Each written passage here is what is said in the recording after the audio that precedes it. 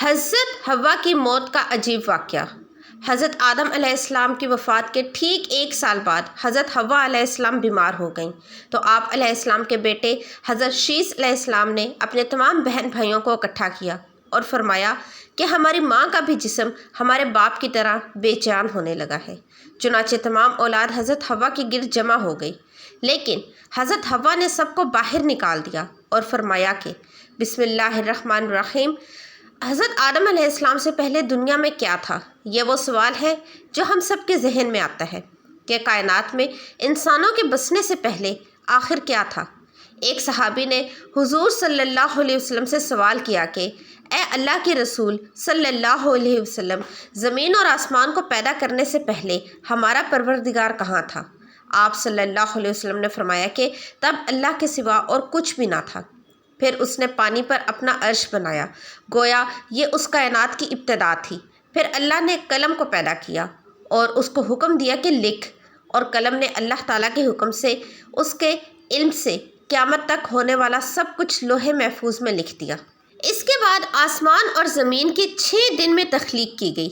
یمن سے آئے ہوئے ایک وفد نے حضور صلی اللہ علیہ وسلم سے کہا کہ ہم آپ سے دین کی کچھ سمجھ اور قلم کی ابتدا جاننے کے لیے آئے ہیں، تو آپ صلی اللہ علیہ وسلم نے فرمایا جس کا مفہوم یہ ہے کہ سب سے پہلے صرف اللہ تھا، اس کا عرش پانی پر تھا، پھر اس نے قلم پیدا کیا اور قلم نے لوح محفوظ پر قیامت تک ہونے والے تمام واقعات لکھ دیے۔ پھر آسمان اور زمین کو پیدا کیا گیا۔ اس کی جو ترتیب ہمیں روایات سے پتہ چلتی ہے وہ کچھ یوں ہے کہ اللہ تعالیٰ نے ہفتے کے دن مٹی یعنی زمین کو پیدا کیا۔ جب اللہ نے زمین بنائی تو وہ کانپنے لگی۔ پھر اللہ نے اتوار کو اس میں پہاڑ بنائے زمین کو سہارا دینے کے لیے، ایسے جیسے کہ اس میں کیل ٹھوک دیے، زمین ساکن ہو گئی۔ پیر کے دن اس میں درخت اگائے، منگل کے دن تکالیف، مصیبتیں، جراثیم اور بیماریاں بنائیں، بدھ کے دن نور کو پیدا فرمایا، جمعرات کو زمین میں چوپائے بنائے اور انہیں زمین پر پھیلا دیا۔ پھر جمعے کے دن آخری گھڑیوں میں یعنی عصر کے بعد آدم علیہ السلام کو پیدا فرمایا۔ گویا اللہ تعالیٰ نے انسان کی پیدائش سے پہلے اس کی آسائشوں کے لیے زمین اور اس پر موجود ضرورت کی تمام اشیاء پیدا فرما دیں، یعنی مخلوق کی ابتدا میں آخری نمبر پر انسان کو پیدا کیا گیا، اور نسل انسانی میں سب سے پہلی تخلیق حضرت آدم علیہ السلام کی تھی اور وہ تمام انسانوں کے باپ ہیں۔ انسانوں کی پیدائش سے پہلے فرشتوں اور جنوں کی تخلیق بھی ہو چکی تھی۔ فرشتے اللہ تعالیٰ کی وہ مخلوق ہیں جن کا اصل ٹھکانہ آسمان ہے اور وہ زمین والوں کے لیے استغفار کرتے ہیں۔ فرشتوں کو نور سے پیدا کیا گیا، جبکہ جنوں کی پیدائش آگ سے کی گئی اور انسانوں کی تخلیق مٹی سے ہوئی۔ ابلیس جو کہ شیطان تھا وہ بھی فرشتوں میں سے نہیں بلکہ جنوں میں سے تھا اور اس کی تخلیق بھی آگ سے کی گئی۔ کچھ روایات سے پتہ چلتا ہے کہ آدم علیہ السلام سے 2000 سال پہلے جنات پیدا کیے گئے، اور جب وہ فتنہ فساد میں حد سے بڑھ گئے تو اللہ تعالیٰ نے ان کی طرف فرشتوں کا ایک لشکر بھیجا۔ ان میں خوب معرکہ آرائی ہوئی اور اس میں فرشتوں نے جنوں کو تہس نہس کر دیا اور وہ سمندروں کے جزیروں میں پناہ لینے پر مجبور ہو گئے، اور آج تک ان میں رہنے کی جگہ یہی جزیرے ہیں۔ ابلیس یعنی شیطان جو کہ جنات کا سردار ہے، اس کا ایک تخت ہے اور وہ تخت پانی پر ہے۔ ابلیس کا اصل نام عزازیل تھا اور اس کی نافرمانی کے بعد اسے ابلیس کا نام دے دیا گیا۔ ابلیس کا وہ تخت حقیقتاً کس جگہ پر ہے یہ ہم نہیں جانتے۔ خیر، جب اللہ تعالیٰ نے زمین کو انسانوں کے ذریعے سے آباد کرنا چاہا تو انسان کی تخلیق فرمائی، کیونکہ جنوں میں انسان جتنی فہم اور فراست نہیں تھی۔ کہا جاتا ہے کہ جنوں میں سب سے زیادہ علم رکھنے والا جن انسانوں میں سے ایک 10 سالہ بچے کے برابر عقل رکھتا تھا۔ اللہ نے انسان کی تخلیق کر کے اس میں روح پھونکی۔ پھر اللہ نے فرشتوں سے فرمایا کہ میں زمین پر اپنا نائب بنانے والا ہوں۔ فرشتوں نے اللہ سے پوچھا کہ ایسی مخلوق کو کیوں پیدا کرتا ہے جو زمین پر فساد کرے اور خون بہائے، اور ہم ہر وقت تیری تعریف اور پاکیزگی بیان کرتے ہیں۔ جس پر اللہ تعالیٰ نے فرمایا کہ جو کچھ میں جانتا ہوں وہ تم نہیں جانتے۔ فرشتوں کے اس سوال کے 2 مقاصد تھے۔ پہلا یہ کہ کیا یہ بھی جنوں کی طرح زمین پر فساد کریں گے، اور دوسرا یہ کہ کیا ہم سے تیری عبادت میں کوئی کوتاہی ہوئی ہے۔ بہرحال جب اللہ تعالیٰ نے حضرت آدم علیہ السلام کو پیدا کیا تو زمین سے مٹی لانے کا حکم دیا۔ پھر اللہ کے پاس اس کے حکم کے مطابق مٹی لائی گئی۔ وہ مٹی اللہ تعالیٰ نے پوری زمین سے اٹھوائی تھی۔ یہی وجہ ہے کہ حضرت آدم علیہ السلام کی اولاد زمین کے رنگ کے مطابق ہی ظاہر ہوئی۔ بعض سرخ، بعض سفید، بعض سیاہ اور بعض اس کے درمیان۔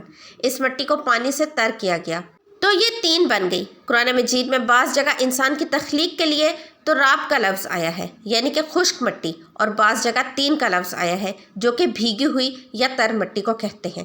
جب پانی کو مٹی سے بھگویا گیا تو وہ لیس دار ہونا شروع ہو گئی۔ پھر اللہ تعالیٰ نے خود اپنے مبارک ہاتھوں سے اس مٹی سے انسان کا ڈھانچہ تیار فرمایا۔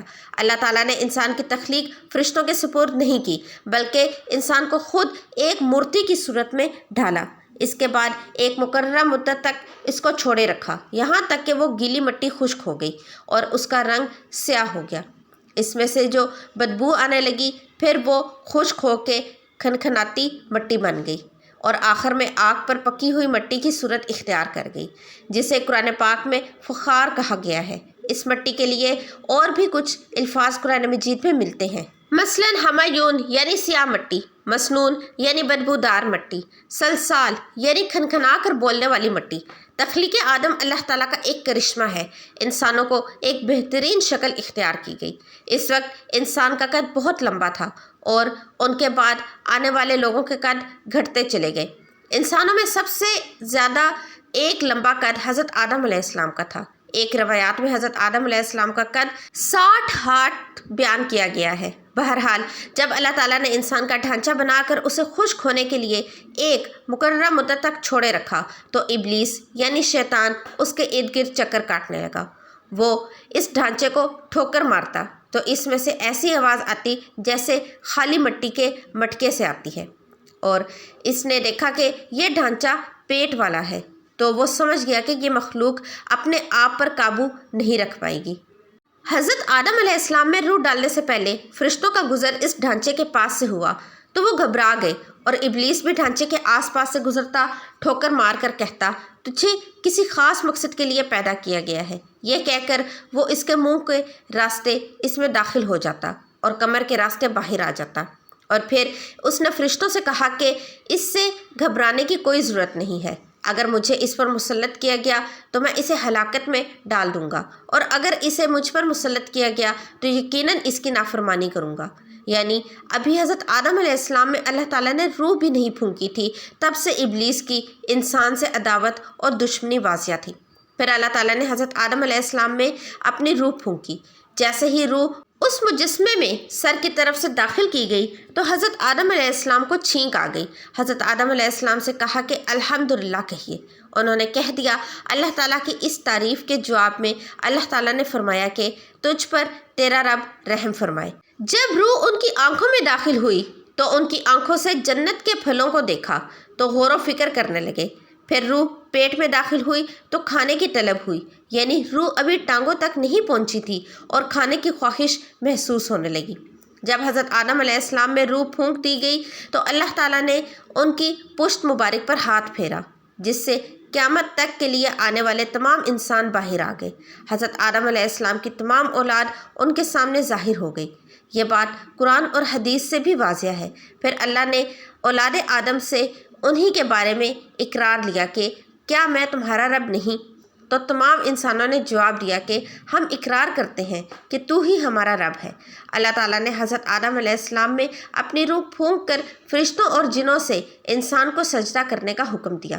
ابلیس کے علاوہ سب نے حضرت آدم علیہ السلام کو سجدہ کیا۔ اللہ تعالیٰ نے ابلیس سے پوچھا کہ تجھے کس چیز نے سجدے سے روک دیا؟ تو اس نے جواب دیا کہ تو نے مجھے آگ سے پیدا کیا ہے اور اسے مٹی سے، گویا کہ میں اس سے کئی بہتر ہوں۔ اللہ تعالیٰ نے اس کی سرکشی پر اسے سزا دیتے ہوئے فرمایا، اس جنت سے اتر جا، تجھے کوئی حق حاصل نہیں جنت میں رہ کر تو تکبر کرے۔ ابلیس نے جواب میں کہا کہ مجھے قیامت تک مہلت دے دیجیے، یعنی کہ اتنی لمبی عمر دے دیجیے کہ قیامت تک مجھے موت نہ آئے، جبکہ تمام انسانوں کو دوبارہ زندہ کیا جائے گا۔ اللہ تعالیٰ نے فرمایا کہ تجھے ایک وقت مقررہ تک مہلت دی گئی ہے۔ پھر ابلیس نے کہا کہ میں قسم کھاتا ہوں کہ میں انسانوں کی گمراہی کے لیے تیرے سیدھے راستے پر بیٹھ جاؤں گا، پھر میں ان کے آگے سے، پیچھے سے، دائیں سے، بائیں سے ان کے پاس آؤں گا اور تو انہیں شکر گزار ہرگز نہ پائے گا۔ سوائے ان کے جو تیرے مخلص بندے ہوں گے، اور وہ میرے بہکاوے میں نہیں آئیں گے۔ اللہ نے اسے ذلیل و خوار کر کے وہاں سے نکال دیا اور فرمایا کہ ان میں سے جو شخص بھی تیرا حکم مانے گا میں ایسے تمام لوگوں سے جہنم کو بھر دوں گا، اور میرے بندوں پر تیرا کوئی غلبہ نہیں ہوگا۔ اس طرح یہ واضح ہوا کہ سب سے پہلا گناہ تکبر تھا، اس لیے علماء کرام کے مطابق تمام گناہوں کی جڑ تکبر ہے۔ اللہ نے حضرت آدم علیہ السلام کو جاہل نہیں بلکہ علم والا پیدا کیا تھا۔ جب اللہ نے حضرت آدم علیہ السلام میں مکمل روح پھونک دی تو وہ اپنے پیروں پر کھڑے ہو گئے، تو اللہ نے انہیں حکم دیا کہ جاؤ فرشتوں کی جماعت کو سلام کرو۔ حضرت آدم علیہ السلام کے سلام کے جواب میں انہوں نے وعلیکم السلام کہا۔ اللہ تعالیٰ نے فرمایا کہ یہ تیرا اور تیری اولاد کا آپس میں ایک دوسرے کو تحفہ اور ہدیہ ہے۔ اللہ تعالیٰ نے حضرت آدم علیہ السلام کو ابتدا میں ہی تمام نام سکھا دیے۔ وہ اللہ تعالیٰ کے حکم سے آسمان اور زمین کی ہر چیز کا نام اور ان کا استعمال جانتے تھے۔ اللہ تعالیٰ نے ان تمام چیزوں کا نام سب فرشتوں سے پوچھا تو وہ ان چیزوں کا نام نہیں جانتے تھے۔